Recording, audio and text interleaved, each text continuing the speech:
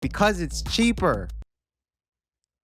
Really, if you're gonna look stupid wearing a branded t-shirt and an unbranded t-shirt anyways, you might as well just save some money. Being broke and ugly is worse than being frugal and ugly. In this video, you're gonna learn why you should be buying unbranded clothes. It's a great technique, but it's not what you think. Unbranded, as in clothes where the branding isn't the reason they look good. Here are some examples. No need for branding here.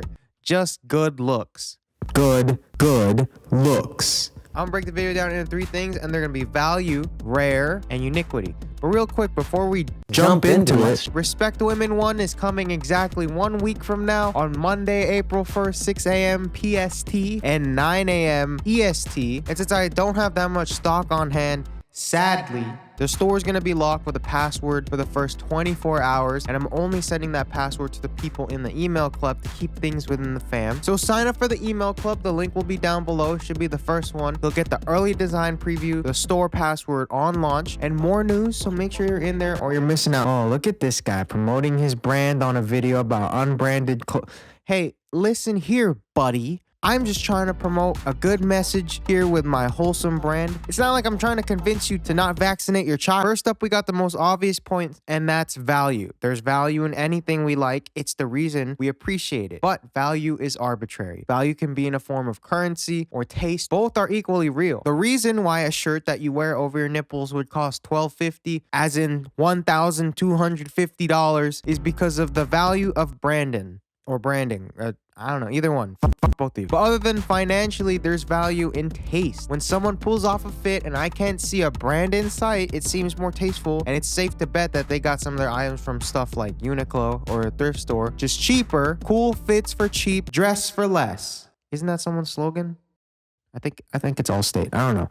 Anyways, there's just as much value in that vintage t-shirt you found online for $25 than any other t-shirt worth more, but in its own way through taste. Next up, we got rare. It's no secret we like our clothes like we like our Yu-Gi-Oh cards. Rare. Exclusivity is a real driving factor in fashion, just like it is in Yu-Gi-Oh, man. I'm telling you, this is the same thing. The two aren't that far off. Look, trading posts, conventions, 10-year-olds. Come on, man. They're the same thing. Look, there's Exodia right there. We already know who Yugi is. We wanted these cards as kids because we liked having what others didn't. And we still do. But now it's with clothes. Things that aren't constantly being rotated around by people can't go down in value. As in, eventually people get tired of seeing the same Nike Off-White shoe for the 600,541.6th time. But that cool pair of pants you found randomly online is yours, and nobody's copying you because they don't know where to cop. You can't copy if you can't copy.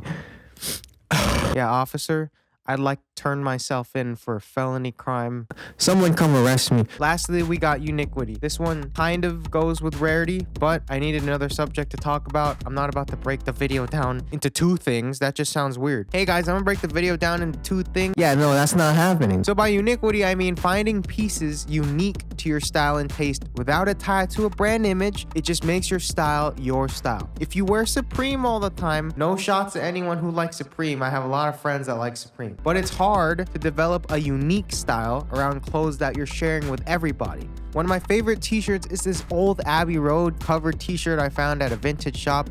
I can't even name 10 Beatles. I'm pretty sure it's printed on a Gildan. And the only branding is that it's tour merch. I mean, on the back, it has the band and the album, but it's one of my favorite pieces to wear, has history and taste, and it's also unbranded. Another one I own is this orange Hawaii t-shirt. It's printed on some generic blank, but see, the orange is dyed from the red dirt that's covering the lands of Hawaii. Got this for $25 at some random souvenir store, and it's unique. Unbranded doesn't have to mean generic or boring. It definitely gives a fresh perspective on clothes that stray away from buying things because of how much they're worth to others, but instead buy things because of how much it's worth to you.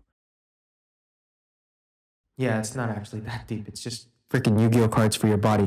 Thank you so much for watching the video, guys, and hopefully It was good. Mark your calendars. The launch is next week, and make sure you check your emails if you're in the club. I sent one out last night on Sunday. Follow my Instagram at ChristianVY and tweet at me at ChristianVYYT, and listen to my podcast, the Christian Podcast, out now on the Brew Podcast app. Every link that I've mentioned in this video will be in the description. But thanks so much for watching, and if you made it this far, comment respect ramen. Everybody just team up. Respect ramen.